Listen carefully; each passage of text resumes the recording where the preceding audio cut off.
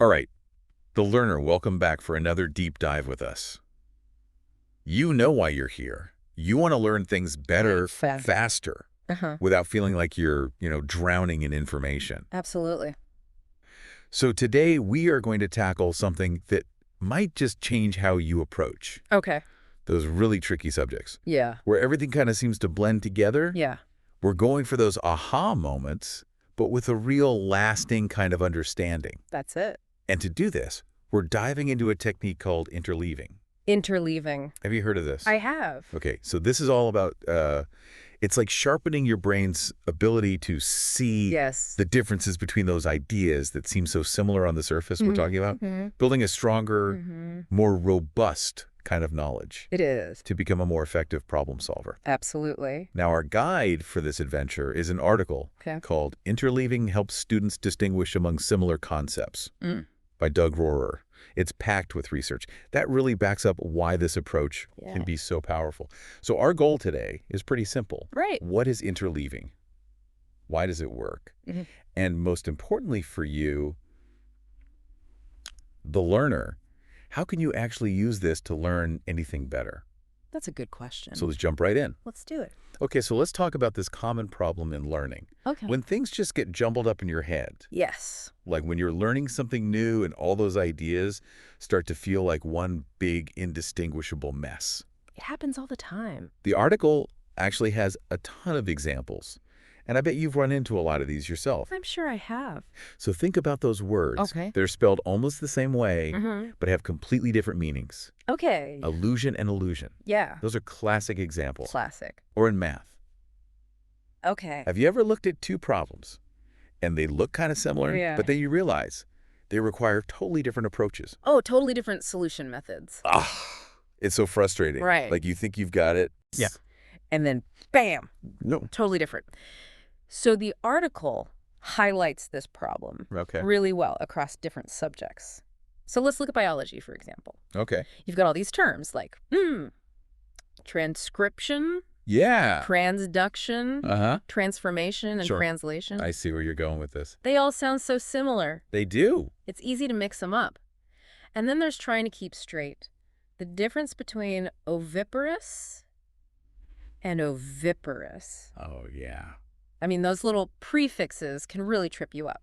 Absolutely. So the article gives all these examples from all sorts of subjects, like foreign languages. Like Spanish, you got pero and pero. I always mix those up. That's a common one. Even in everyday English, we mix up affect and effect all the time, scent and assent. And then the sciences, they just love to throw similar sounding terms at us. Oh, yeah. It's like a challenge. Right. So like mitosis versus meiosis. Yep.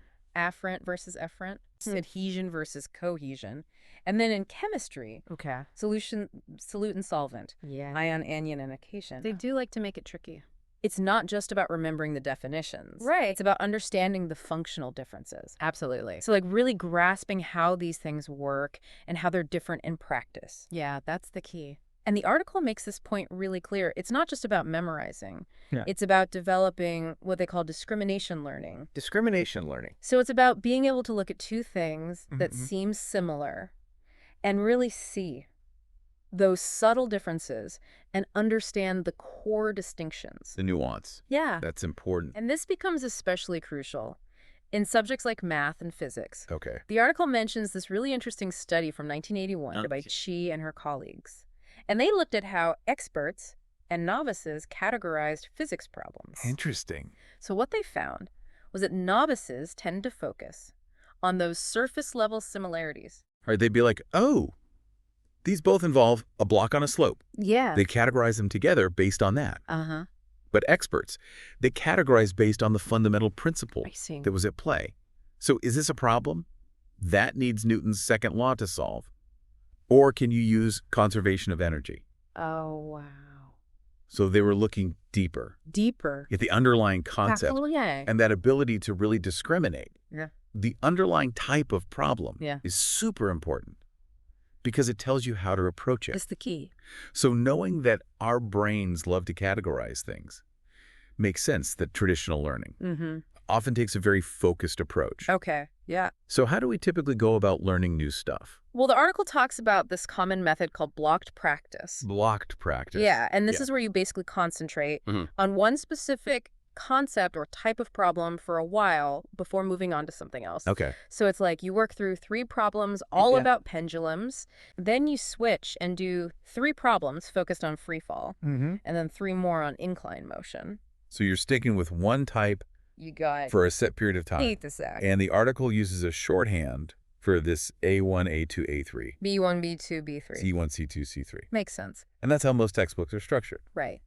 You learn a chapter on one topic, and then all the practice questions at the end are on that same topic. Yeah, it feels very targeted. It does, like you're really honing in on that one thing. Exactly. But the article introduces an alternative approach called Interleaved Practice. Interleaved practice. This is where you mix things up. Mix it. You practice with different but related ideas. Okay. So instead of those solid blocks, you might do a pendulum problem, then a free fall problem, then an incline motion problem, then back to another free fall problem. Okay, so you're jumping around. Yeah, and the notation for this would be like A1, B1, C1. B2, C2, A2. C3, B3, A3. I like it. It's a lot more varied. You're not letting your brain settle into a groove. Nope, you're keeping it on its toes. Exactly. You're constantly twitching gears. Yeah. Which forces your brain to first identify what kind of problem it's dealing with, and then recall the right strategy. Makes sense. Or information. It's like a mental workout. It is. But we need to make a clear distinction here. Okay. The article emphasizes that interleaving is not the same thing as spacing. Right, they're different. So spacing is all about spreading out your review of the same material over time. So like you study the water cycle today. Yeah. And then revisit it again in a few days. Exactly. Or a week later. Interleaving is about mixing different concepts together within the same study session or practice period. Got it. And figure 1 in the article provides a really clear visual. Oh, that's helpful. Of the difference between spacing and interleaving. Yeah, visuals are always good. So you can really see it laid out side by side. Okay, so we have these 2 ways of learning, blocked and interleaved. But what does the research actually say about which one is more effective for learning? Oh, that's the big question, isn't it? It is. So this is where things get really interesting. I'm intrigued.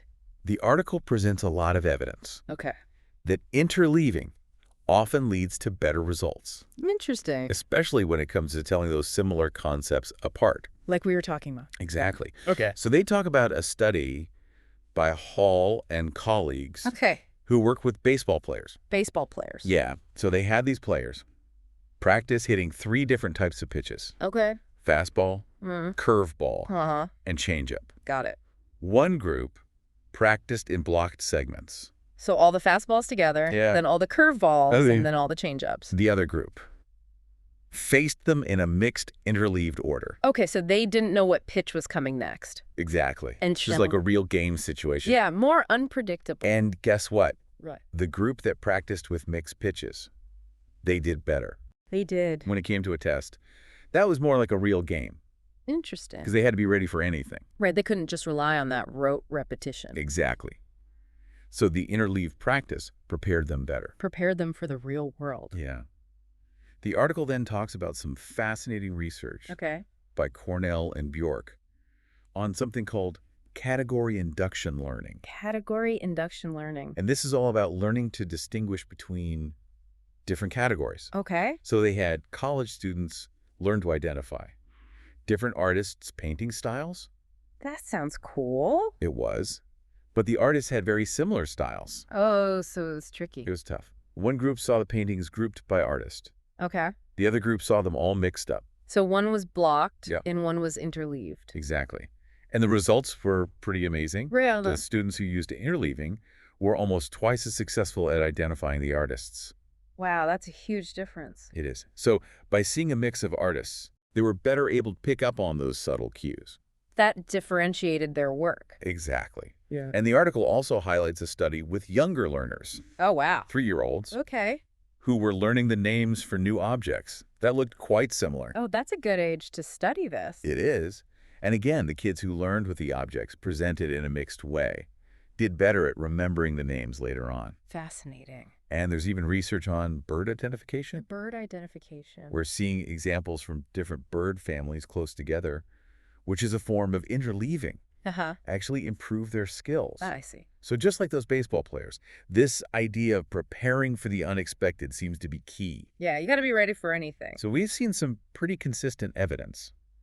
Interleaving, while it might feel harder when you're doing it, seems to lead to better learning in the long run, especially when it comes to telling similar things apart. That makes sense. But why does this happen? Good question. What's the reason behind it? What's going on in our brains? Yeah. What's the mechanism? Well, the main theory, according to the article, is that interleaving forces you to compare and contrast those similar concepts. Makes sense. So when you're working through a block of the same type of problem, you can kind of go on autopilot. Right. You just learn the method. Yeah. And you keep applying it. You're in the groove. In the groove. But when you're interleaving, every time you face a new problem or concept, you have to figure out what it is and what approach to take. So you have to actively think about it. You do. And this act of discrimination really strengthens your understanding of those unique features. It's like you're building a stronger mental map of the concepts. So going back to that artist study, with interleaving, you're constantly asking yourself, what's different about this artist's brushstrokes? What's unique about their use of color? Yeah. How is their perspective different? You're looking for those subtle details. You are. You're actively searching for those distinguishing characteristics. That's how you really learn to differentiate. Exactly. And the article points out that even when researchers have controlled for the effects of spacing, they still find a significant advantage for interleaving itself. So it's not just about the spacing. No. It's about the interleaving itself. There's something inherently powerful about the act of mixing things up. It's like shaking up your brain. It is. Now, the article spends a good chunk of time talking about interleaving in math. In math. Why do you think that is? Well, math is all about problem solving. Right. And being able to solve a problem starts with recognizing what kind of problem it is. Yes. And what strategy to use. Exactly. So the article says that in most math textbooks, the problems after a lesson are all focused on the same exact concept. So if you just learned about fractions, you'll do a whole set of fraction problems. Yeah, in fractional land. You are. And you know going in, you're going to be using those fraction techniques. There's no need to think about it too hard. Nope. There's no real challenge to your ability to tell different types of problems apart. Yeah, it's all laid out for you. It is. But interleaving forces you to do exactly that. To think critically. Yes. Yes. It makes you figure out what kind of problem you're looking at. That's important. And the article talks about a study by Mayfield and Chase on algebraic exponent rules. And interleaved practice led to much better retention. In the long term. Yeah, over time. That's what matters. So they remembered it better because they had to work harder to learn it in the first place. Right. It's like building those stronger neural connections. Exactly. And then there's this really cool study by Rohrer and Taylor where college students were learning how to calculate the volumes of these unusual geometric solids. Oh, interesting. So not your typical shapes. Not your cubes and spheres. Nope. And the group that used interleaved practice actually did worse during the practice sessions. Really? They did, because they had to keep switching their thinking. It was harder for them. It was. But on the final test, their scores were way higher. How much higher? They got 63%, compared to only 20% for the blocked practice group. Wow, that's a huge difference. It is. And figure 3 in the article really illustrates this. Oh, cool, a visual. Yeah, you can see it clearly. That sometimes struggling during practice can actually mean you're on the right track. It's counterintuitive. It is. But it seems like that extra effort during practice really paid off. When it mattered most. Yes. And it really highlights this key benefit of interleaving. It reduces discrimination errors. Discrimination errors. These are mistakes where students apply the wrong problem-solving strategy. Because they haven't learned to tell the difference between different types of problems. They haven't built that discrimination skill. Exactly. And there was another study by Taylor and Rohrer with younger students working on prism problems. And the interleaved group, again, had much better test scores. What were the scores? 77% versus 38%. That's impressive. And the researchers found that this was mostly because they made fewer errors in choosing the right approach. That makes sense. So it's like when you're trying to solve those algebraic equations, sometimes you need the quadratic formula. Right. And other times you can just factor it. Yeah, much easier. But knowing which method to use is often the hardest part. It is. And the article gives this great example. Okay. Using word problems. Word problems. So they talk about this textbook example where students have to calculate the area of Rhode Island. The area of Rhode Island. Given that it's 1/6 the area of New Hampshire. Okay.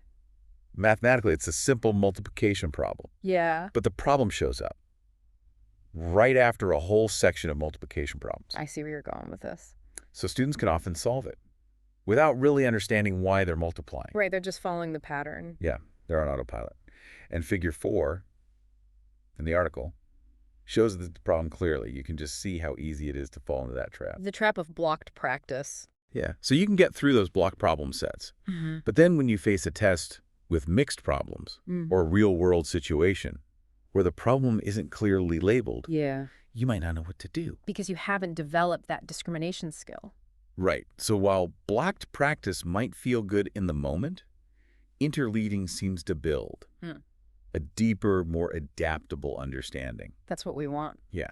Now, as with any research, there are always some things to consider. Of course. Like limitations or caveats. Right. So what are some things to keep in mind about the research on interleaving? Well, the article is careful to point out that most of the studies have been done in labs with pretty short learning periods and test delays. So we need more research done in real classrooms. Real-world settings over longer periods of time. To be absolutely sure it works in all situations. Makes sense. Because what works in a lab might not always work perfectly in a real classroom. Right. There are more variables. There are.